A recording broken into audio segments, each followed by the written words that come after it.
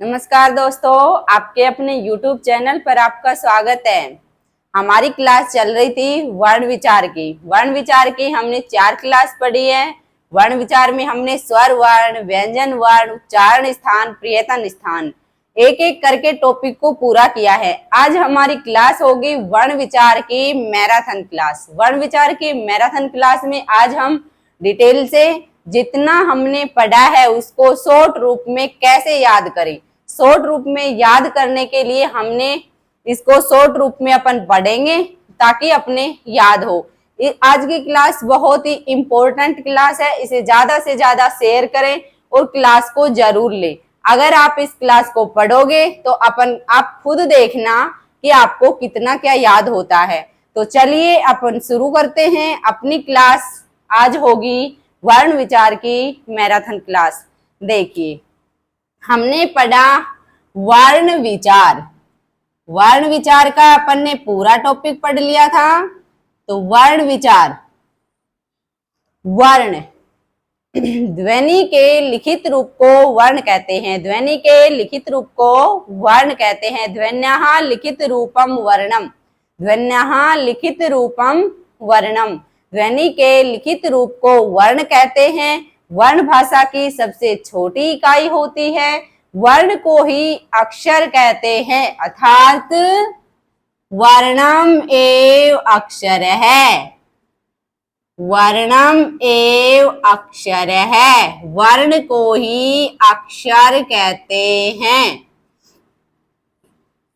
एक या एक से अधिक वर्णों के समूह को, एक या एक से अधिक वर्णों के समूह को शब्द कहते हैं, अर्थात वर्णम, वर्ण समूहम शब्दम। वर्ण समूहम शब्दम। एक या एक से अधिक वर्णों के समूह को शब्द कहते हैं। शब्द, किसी भी शब्द के सुप, विभक्ति, तिंग, क्रिया प्रत्यय लग जाए तो वह शब्द पद कहलाता है। यानी कि किसी भी शब्द के सुप, विभक्ति और तिंग, क्रिया प्रत्यय लग जाए तो वह शब्द पद कहलाता है, अर्थात सुप तिंग अंतम पदम। अर्थात सुप तिंग अंतम पदम। सुप तिंग अंतम पदम। सुप, विभक्ति, तिंग, क्रिया प्रत्यय लग जाए तो वह शब्द पद कहलाता है। सुप विभक्ति होती है, तिंग है जो क्रिया के लगता है, सुप विभक्ति के लगता है। ये दोनों प्रत्यय होते हैं। ये दोनों प्रत्यय होते हैं। तो सुप, विभक्ति और तिंग दोनों प्रत्यय हैं। ये अगर जिस शब्द के जुड़ जाते हैं तो वह शब्द पद कहलाता है। पद समूहम वाक्यम, यानी कि पद से मिलकर वाक्य बनता है। वाक्य किससे मिलके बनता है? पद से मिलके। तो अगला अपना पॉइंट है इसमें, पद समूहम वाक्यम। पद समूहम वाक्यम। एक या एक से अधिक पदों से मिलके, जो पद हैं उनसे मिलके क्या बनता है? वाक्य। वाक्य भाषायाः अभिज्ञान कारकम वाक्यम। भाषा में अभिज्ञान कारकम, भाषा का ज्ञान किससे होता है? वाक्य से। तो अगला अपना पॉइंट बन गया, भाषायाः अभिज्ञान कारकम। भाषाया अभिज्ञान कारकम वाक्यम। भाषा का अभिज्ञान यानी भाषा का ज्ञान किससे होता है? वाक्य से।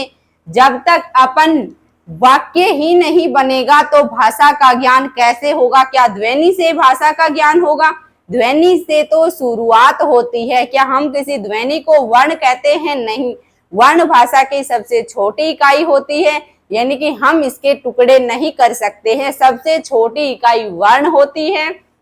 वर्ण से शब्द बनता है, शब्द से पद बनते हैं, पद से वाक्य बनता है। इधर देखिए, वर्ण भाषा की सबसे छोटी इकाई होती है। वर्ण से मिलकर शब्द बनता है, शब्द से मिलकर पद बनता है, पद से मिलकर वाक्य बनता है। तो भाषा में सबसे छोटी इकाई वर्ण होती है और भाषा में सबसे बड़ी इकाई वाक्य होती है। ध्वनि की शुरुआत भाषा की शुरुआत वर्ण से होती है और संपूर्ण भाषा का ज्ञान वाक्य से होता है। वाक्य से भाषा का ज्ञान होता है, वर्ण से भाषा की शुरुआत होती है। वर्ण के हम टुकड़े नहीं कर सकते हैं। वर्ण भाषा की सबसे छोटी इकाई होती है। वर्ण भाषा की सबसे छोटी इकाई होती है।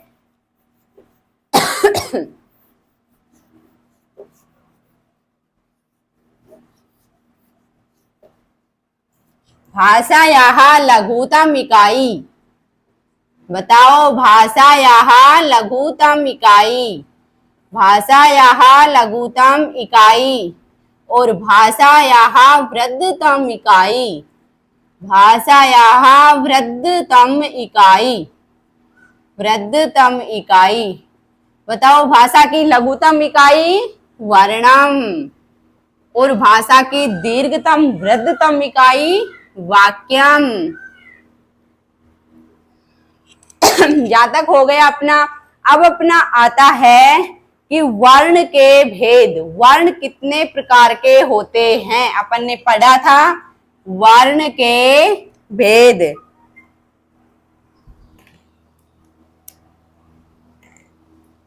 वर्ण के भेद। वर्ण के कितने भेद होते हैं? वर्ण के दो भेद होते हैं, स्वर वर्ण और व्यंजन वर्ण।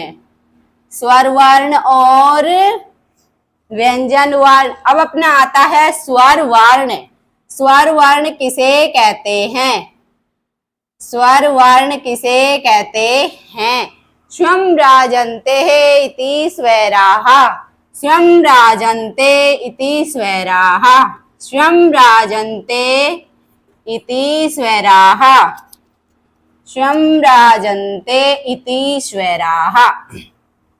जिन वर्णों का उच्चारण स्वतंत्र रूप से किया जाता है उन वर्णों को स्वर वर्ण कहते हैं। स्वं राजन्ते इति स्वराः। स्वर कितने प्रकार के होते हैं? स्वर के 13 प्रकार होते हैं। स्वर के त्रयोदश है, स्वर के त्रयोदश यानी 13 प्रकार होते हैं। स्वर वर्ण कितने प्रकार के होते हैं? स्वर वर्ण कितने प्रकार के होते हैं? 13, त्रयोदश है, त्रयोदश है। स्वर वर्ण के कितने प्रकार होते हैं? 13 प्रकार होते हैं।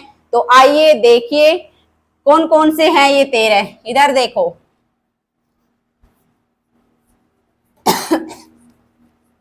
स्वर के 13 प्रकार होते हैं। कौन कौन से हैं? इधर देखो,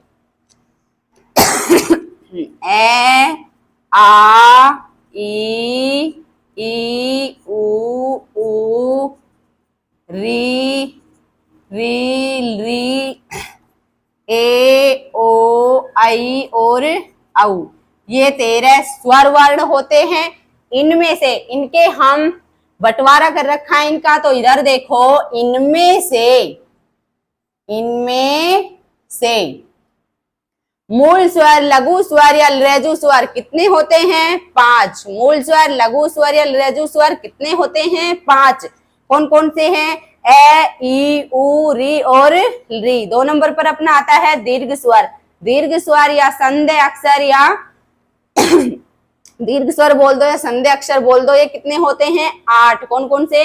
आ, ई, उ, री, ए, ओ, आई और औ। कितने होते हैं? 8। अगला आता है अपना संयुक्त स्वर। संयुक्त स्वर कितने होते हैं? 4। ए, ओ, आई और औ।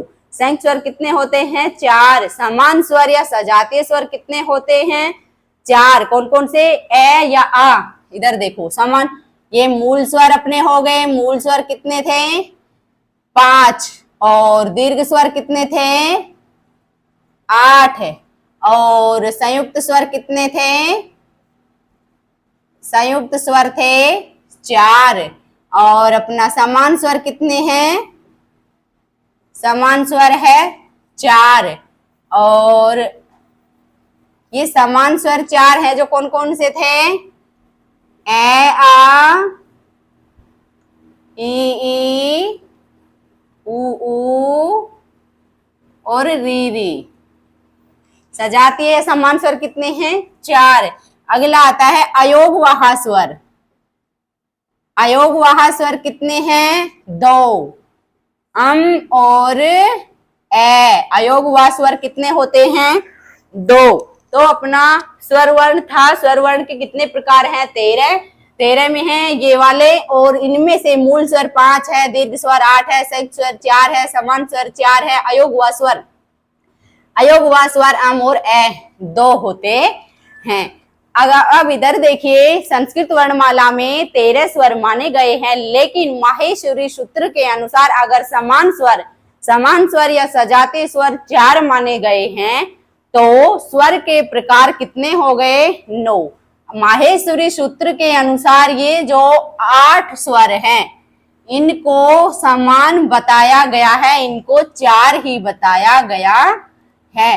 तो माहेश्वरी सूत्रों के अनुसार इन्हें 4 वर्ण गिनते हैं। तो संस्कृत वर्णमाला में स्वर के प्रकार कितने होते हैं? 9।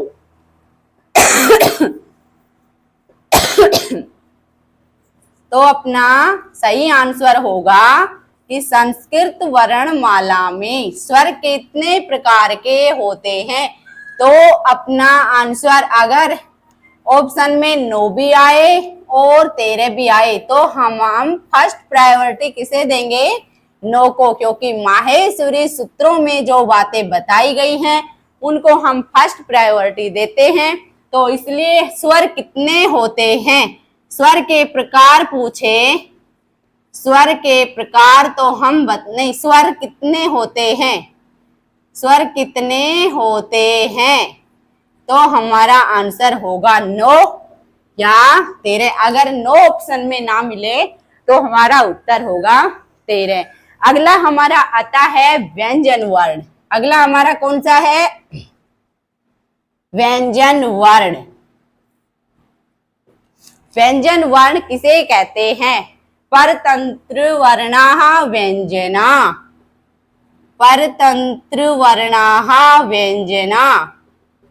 परतंत्र वर्णाः व्यंजना।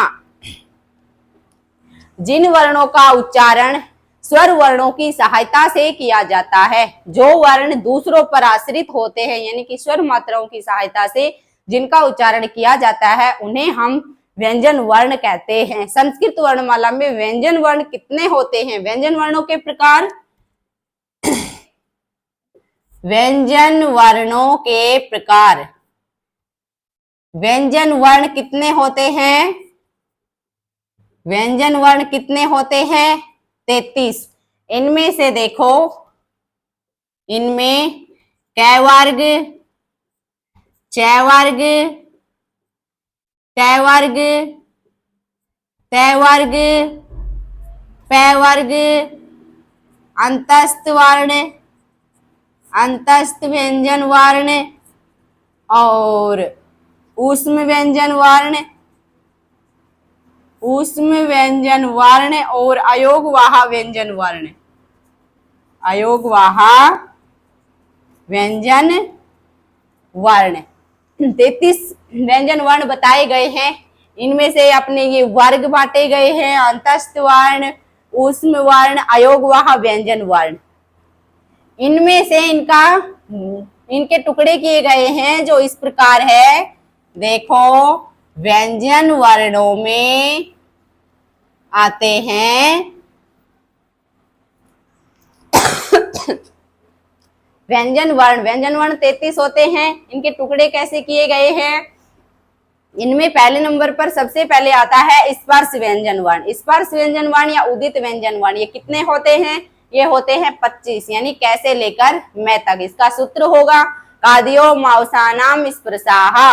कैसे लेकर मैं तक जो व्यंजन वर्ण होते हैं उनको स्पर्श या उदित व्यंजन वर्ण बोलते हैं। 2 नंबर पर आता है अपना अंतस्थ व्यंजन वर्ण। अंतस्थ व्यंजन वर्ण में आते हैं वर्ण य, व, र और ल। इसका सूत्र होगा यणो अंतस्ताहा, यणो अंतस्ताहा। इसमें वर्ण आते हैं य, व, र और ल। अगला आता है अपना उष्म व्यंजन वर्ण। उष्म व्यंजन वर्ण में आते हैं तीनों स और है।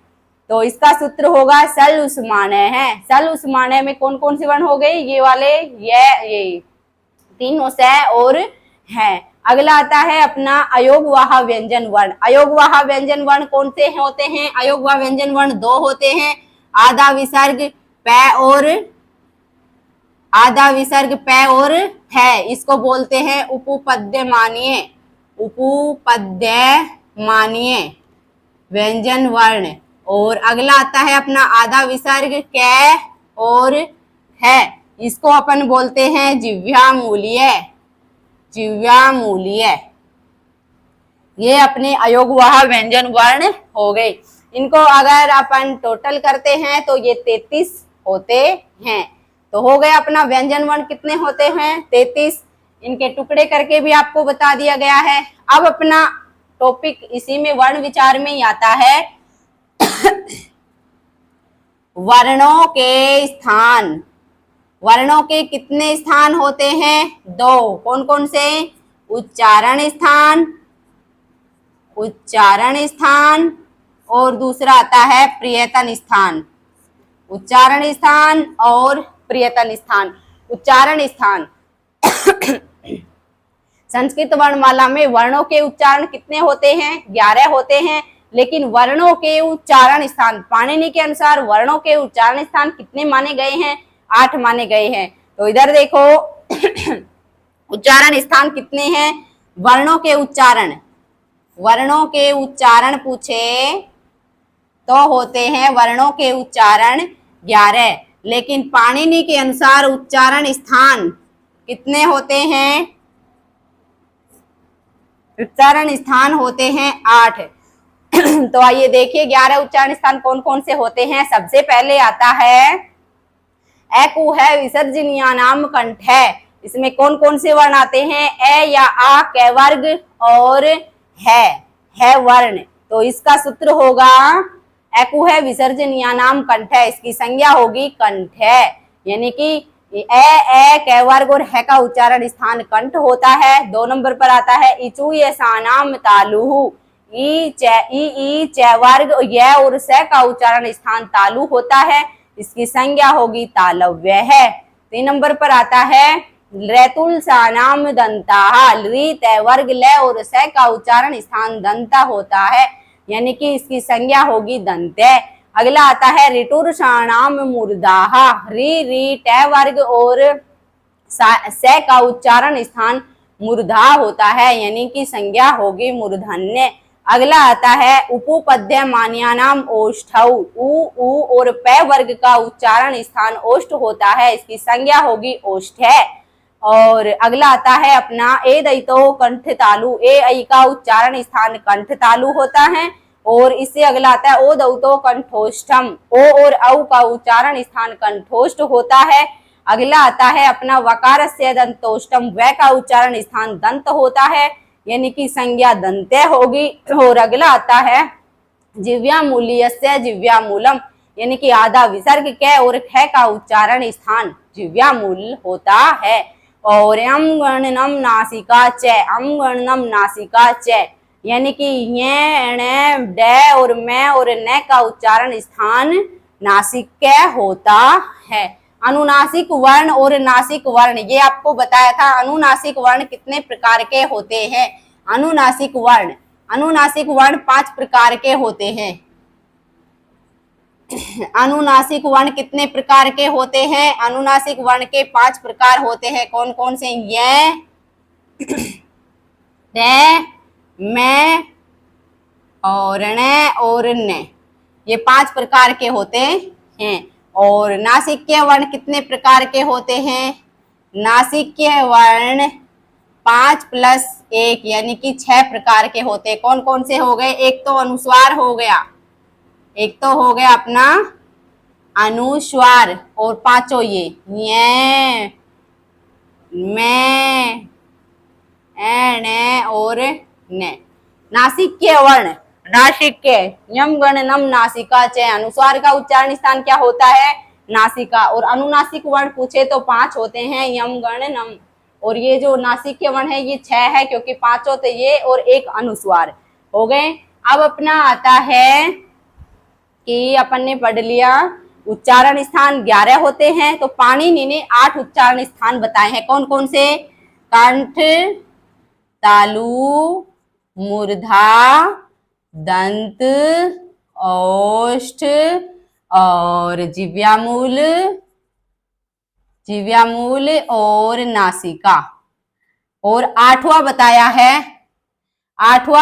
है उरस, यानी हृदय। 8 प्रकार बताए हैं पाणिनि ने उच्चारण स्थान के। कंठ, तालु, मूर्धा, दंत, ओष्ठ, जिव्यामूल, नासिका, उरस। 8वां बताया है, जिसका दूसरा नाम है हृदय। तो उच्चारण स्थान अपना कंप्लीट होता है। अब अपना आता है जो दूसरा था वर्णों के स्थान में उच्चारण स्थान अपन ने पढ़ लिया। और अगला आता है प्रियतन स्थान। प्रियतन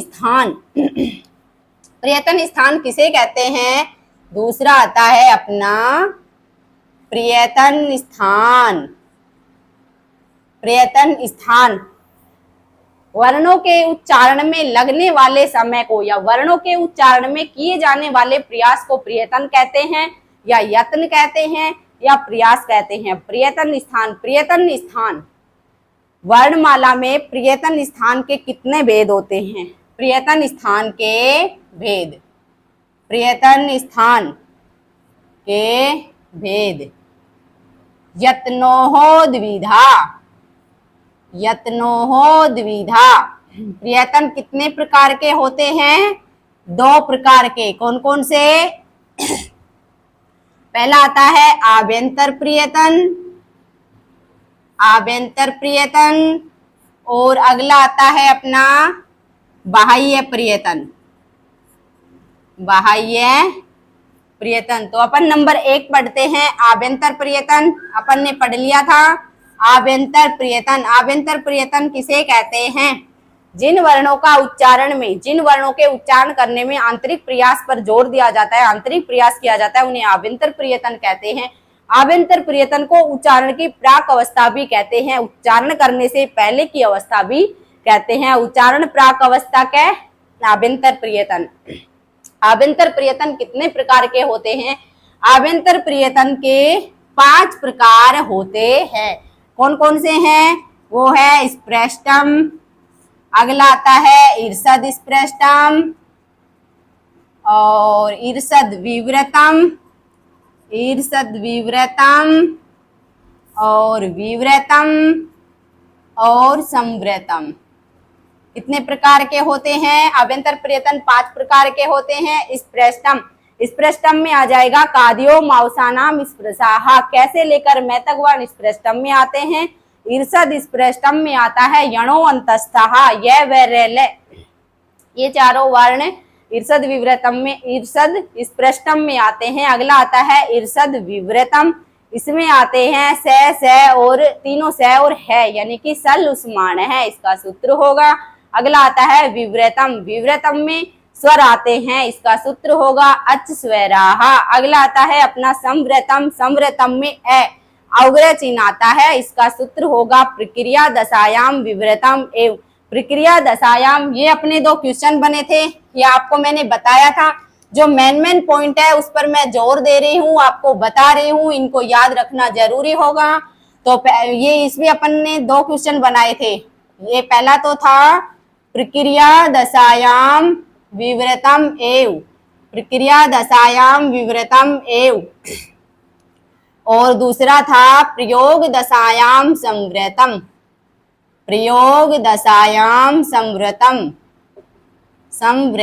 एव। प्रक्रिया दशायाम पूछे तो आभ्यंतर प्रियतन में अपन ने पढ़ा कि आभ्यंतर प्रियतन के कितने प्रकार होते हैं? 5 प्रकार, 5 अपन ने पढ़ लिए। इसके 2 क्वेश्चन इंपॉर्टेंट है। इस क्लास में अपन जो इंपॉर्टेंट पॉइंट है उनको ले रहे हैं, इनको आप ध्यान से पढ़िएगा और समझिएगा और याद कीजिएगा। देखिएगा, प्रक्रिया दशायाम विव्रतम एव और प्रयोग दशायाम समृतम वे भी, दोनों क्वेश्चन सेम है लेकिन बहुत ही इंपॉर्टेंट टॉपिक है। दोनों इंपॉर्टेंट क्वेश्चन है, इसमें बहुत बच्चे मार खाते हैं इन क्वेश्चनों में, जो एक एक नंबर से रह जाते हैं सिलेक्शन होने में, उनके लिए ये क्वेश्चन काफी लाभदायक है, इसलिए इन क्वेश्चनों पर ध्यान दें। अगला आता है अपना बाह्य प्रियतन।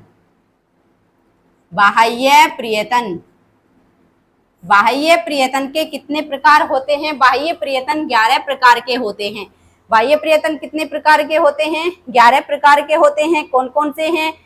संवार नाद घोष, विवार श्वास अघोष, अल्प प्राण, महाप्राण और उदात, अनुदात और स्वरित।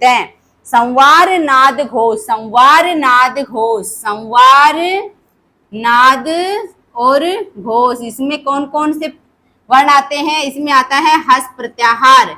हस प्रत्याहार यानी कि वर्ग का 5वां, चौथा और तीसरा, और है, ये, वे और रे, ले।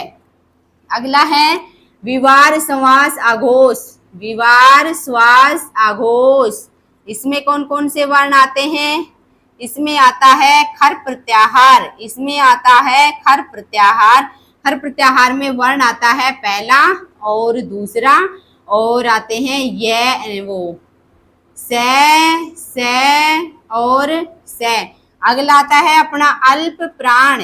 अल्प प्राण में कौन कौन से वर्ण आते हैं? पहला, तीसरा और 5वां, प्लस आता है ये, वे, रे और ले। अगला आता है अपना महाप्राण। महाप्राण में आते हैं दूसरा और चौथा वर्ग का अक्षर, और से और है। और अगला आता है अपना उदात, अनुदात और स्वरित। उदात, अनुदात और स्वरित, इसमें आते हैं अपने सभी स्वर। इस प्रकार बाह्य प्रियतन कितने प्रकार के होते हैं? बाह्य प्रियतन 11 प्रकार के होते हैं, जो अपन ने पढ़ लिया। संवार नाद घोष, विवार श्वास अघोष, अल्प प्राण, महाप्राण, उदात, अनुदात और स्वरित।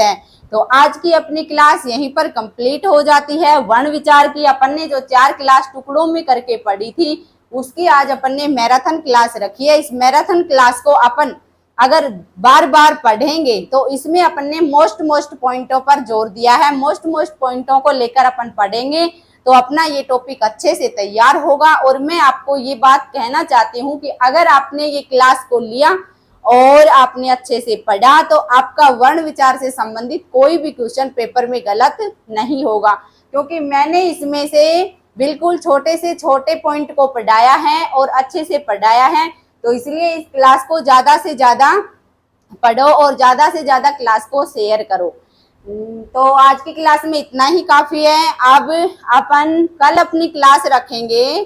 कल क्लास रखेंगे अपन, ये जो वर्ण विचार का टॉपिक है इसकी टेस्ट की क्लास रखेंगे, यानी कि ये जो आपने वर्ण विचार का टॉपिक पूरा कंप्लीट कर लिया है तो कल अपन इस क्लास में, अगली क्लास में टेस्ट लेंगे, वर्ण विचार का टेस्ट लेंगे। जो भी मोस्ट क्वेश्चन बन रहे हैं इनमें से उन क्वेश्चनों को अलग अलग करके लिखेंगे। तो आज की क्लास में इतना ही काफी है। इसे पढ़िए, समझिए और याद कीजिए। Thank you so much.